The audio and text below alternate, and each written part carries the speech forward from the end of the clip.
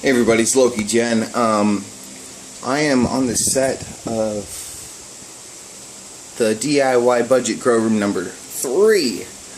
I am out in Yucca Valley, and if anybody knows where Yucca Valley is in California, it's in the middle of nowhere.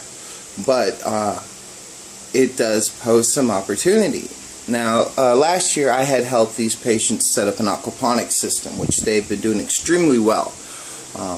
They go to a farmer's market, and there's local people in their neighborhood that have been getting vegetables and fish and shrimp and stuff from them.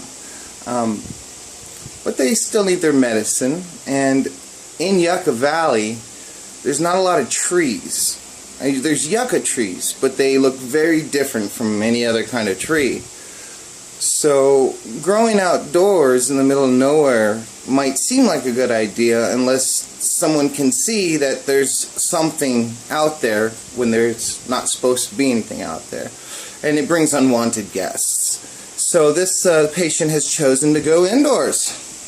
Right now, I'm helping them set up just a real basic cloning station with some mothers. And we're also going to be working with a big 6-foot by 6-foot lighthouse hydro grow tent, which is pretty damn epic.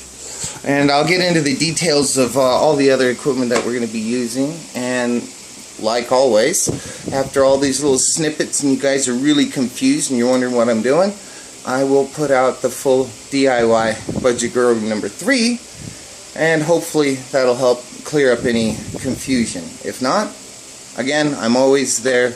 Leave a comment, question, anything, and I will answer you. You can also find me on Google Plus under Canology or Casa del Loki, and you can find me on Twitter at Loki Jen. So I'm gonna keep posting these little snippets for you guys, and when we have cool things like we're going to be using a cloning machine. You get to see the difference in that. And there's a few different types of cloning techniques that I have this patient trying to see which one's going to be the best for them.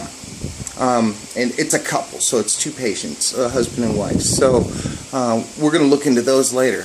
But I'm not going to do that from my phone because I want you guys to be able to see in high definition with the camera. So I'm going to wait for my camera guy to come up. And we'll show you how this thing works and the differences, and then where to go from there. This is going to be a unique, semi-unique setup. You've seen me do hydroponics so far, flood and drain systems mostly, some aeroponics. This is a type of hydroponics that is closer to soil, and you'll see what I mean. Very simple, and it still allows a little bit of that buffer, but you can still flush and control the amount of nutrients that goes into plants while still using organic nutrients, or if you're comfortable with chemical nutrients. Really the only difference is the carbon marker, and anyone who's going to be growing with chemicals should have the ability to somewhat flush it, you know. And some people say, well, hey, I use chemicals outdoors. You can still flush the area by oversaturating the water just to push the nutrients or those salt particles out so that they don't mess with the plant, so that the plant can take up a lot of water and flush itself out. But I'll get into that more later.